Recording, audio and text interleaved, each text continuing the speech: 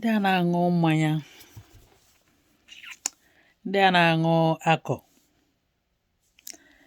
ṅụọ one crate, ṅụọ so much bottle, ha ṅụchakwa still. Ụfọdụ na ha ṅụchakwa ha nyalụ moto na ụfọdụ afụkwa ụzọ nalụ ube ha.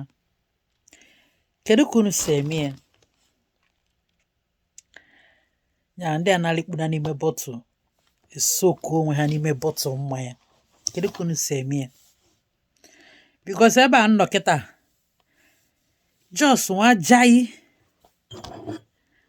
ajayi ọgbakwa full bottle just obere ihe ọgwụ na o just obere ihe na ebe a. I've been mixing it with juice. So bịazie nwa small one ụfọdụ just obere ihe for like yeah, red wine. Ọ ka aṅụcha nọdụ ebe a. Ibi na ebini mbụ pro. Chineke. Ibi na ebini bụkwa pro. Eziokwu dị tinu wee kwa m jaja. Ete m nke ụmụ jaja imegharị ahụ. Hey! Ndị a na-anwụkwu na try o. Tin ya ọ na-eme m ihe ụra. Whereby I have a lot of things to do. A lot of things waiting for me. I could man or house wine.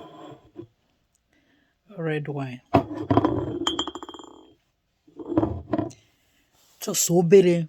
Really kwa munyo na kwe fele njueli ni kampute kwa konofu.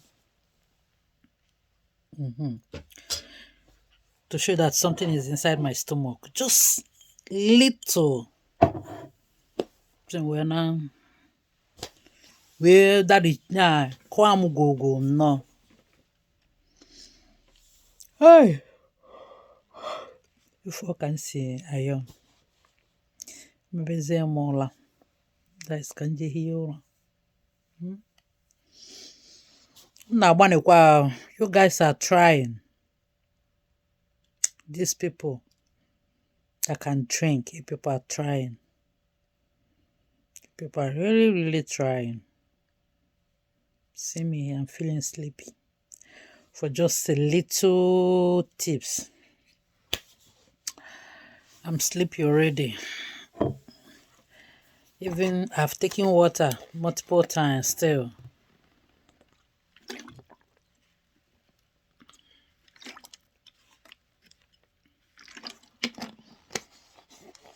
I've taken a lot of water still. I'm feeling sleepy.